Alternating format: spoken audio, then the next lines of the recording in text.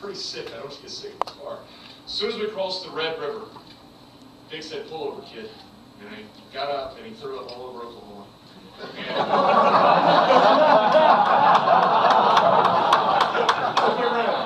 And he told me, he said, "Never throw up in Texas." And I want to clarify that just a little bit. Mr. Hodge, that was not your Oklahoma. That was Jerry Briscoe. That had nothing to do with you, Mr. Hodge.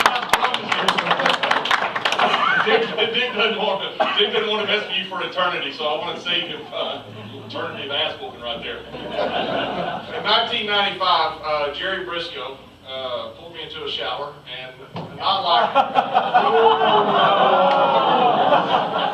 not like Sandusky or anything like that. Thank goodness, but he offered me a job and started working for the WWE, and I got the pleasure of inducting one of the greatest honors I've ever had of the Briscoe brothers into the Hall of Fame, the WWE Wrestling Hall of Fame. And the last thing they told me before I went on stage is, "Our entire family's here. Please don't make any Native American jokes." And because there are proud Native Americans, as they should be. And I sent Jerry a card every Thanksgiving and Columbus Day, but I don't know why.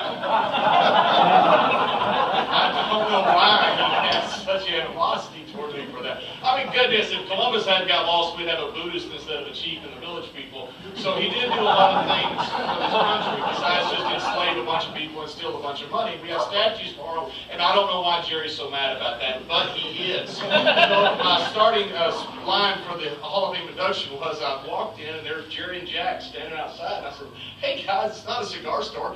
Come on in."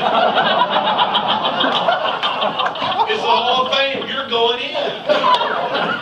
And so Jerry told me again, do not make any Native American jokes. And he made it very clear in the last smoke signal that he sent me. And so I want to promise Mr. Briscoe that I'm not going to make any Native American jokes. And after what he just did as an undertaker to bury Kurt Angle, you also understand why I just showed up when Jerry told me to show up. I haven't done an appearance since I quit wrestling about 3 years ago, and one of the main reasons is because I never thought about being a celebrity. I always just thought I worked on television, and I never understood why people would want my autograph, and that's not a, as Jerry would say, I'm from Texas, I'm too dumb to have false humility, and so that's not a false, humble statement. That's the truth. I understand why you want a guy like Danny Hodges' autograph. I understand why you want a guy like Dan Severn's or Jerry Briscoe's, or one of the greatest tag teams of all time with Road Warriors, or any of these great legends that I sat up on stage with, which, by the way, I thought I should have bought a ticket to be up there with you guys. I'm just a huge wrestling fan, and always have been. And it's beyond belief to me that I'm up here and you've got such wonderful legends and Hall of Famers in the audience. One thing that WWE and pro wrestling has enabled me to do is, a few years ago I was in Mosul, Iraq, and there was been a suicide bombing, and they thought it was Iraq at the time.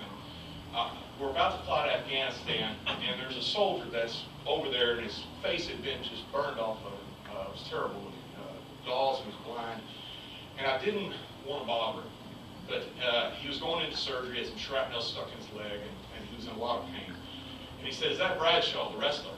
And they said, "Yeah." I said, "Can I talk to him?"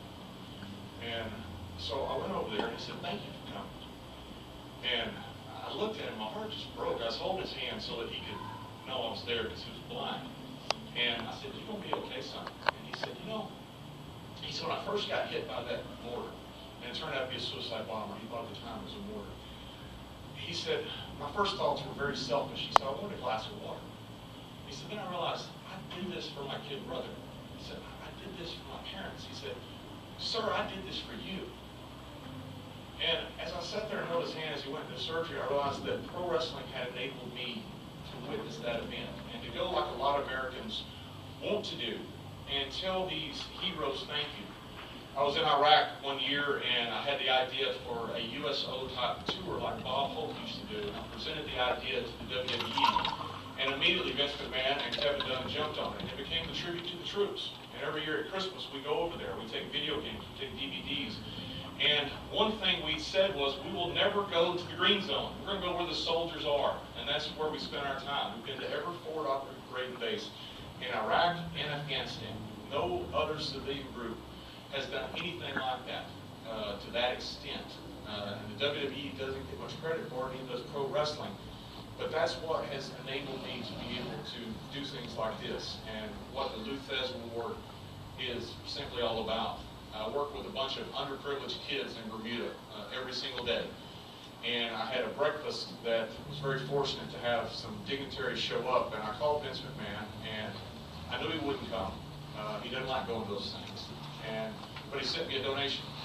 And that's the donation along with some of my money that started up the charity in Bermuda.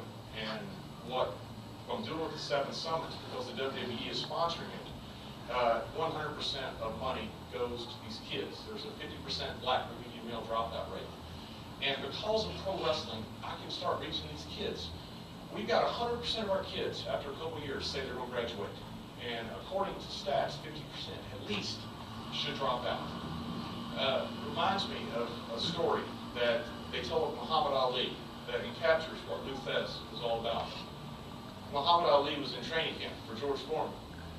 And a kid comes in, and Muhammad Ali was dancing, and he was doing all the stuff that Muhammad Ali was so famous for. And he turns around and says, "Kid, why you got that cap on?"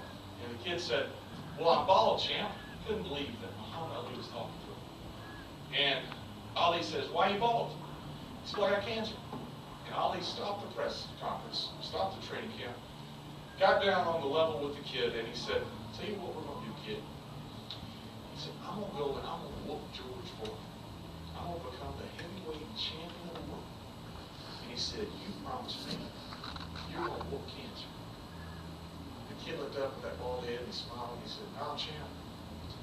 He said, "I'm going to see God soon." He said, "But when I do, I'm going to tell him I'm at the champ."